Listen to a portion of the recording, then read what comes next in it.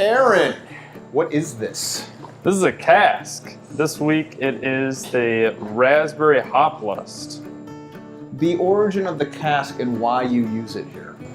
The cask has a couple different purposes for us. It lets us be a little bit more experimental with the different styles of beer. It's 100% naturally carbonated, so all the CO2 in this beer is a product of fermentation. But it also lets us do different infusions. So the 8 to 9 pounds of Carolina raspberries in the beer were grown 6 miles from here. Actually grown on my family farm, so I got to help pick and bring these berries in to have them be brewed. The IPA that they're sitting in is our West Coast IPA Hop Lust. It's actually our top most selling beer in-house. You're looking at 6 different hop varieties. Nice, very subtle malt profile, good clean dry finish, and then the natural tart and savory character of the raspberries really adds a nice refreshing finish to it as well. So we're not talking about taps, the tap. We're not talking about volume here. This is a more of a sampling. It is, yep.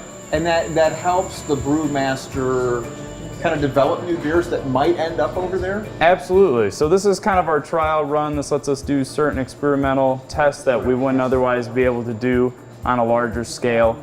So the cask that's in here, the firkin, if you will, they're kind of interchangeable terms.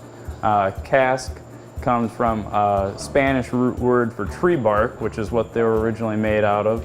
And the firkin itself is the unit of measure. So about 9 imperial gallons, or what we would call 10 to 11 US gallons. But we get to try different infusions. We get to experiment with some styles of beer that have done well for us and see what different spin can we add to them. And then if they are successful, we have a couple beers on right now that were on the cask last year or even earlier this year that we then do a full batch of on the 7-barrel system. Is there a philosophy? Because what I'm sensing here is something that is very well balanced. It's not as though the infused berries is overwhelming the beer itself. Absolutely. So I think if you want a good product, whether you're talking beer or wine or food, anyone will tell you that it's about the ingredients. We're not necessarily creating flavors when we brew beer or when we cook food for that matter, but we're allowing those flavors to express themselves on a canvas that's suitable for them. So when we try to find good varieties of hops or good produce, we're trying to showcase that and the environment they were grown in. Here in West Michigan, we have some of the best agricultural settings of any place in the country, really. So we're trying to showcase that and hopefully, have a good beer with it too. Here's to sampling.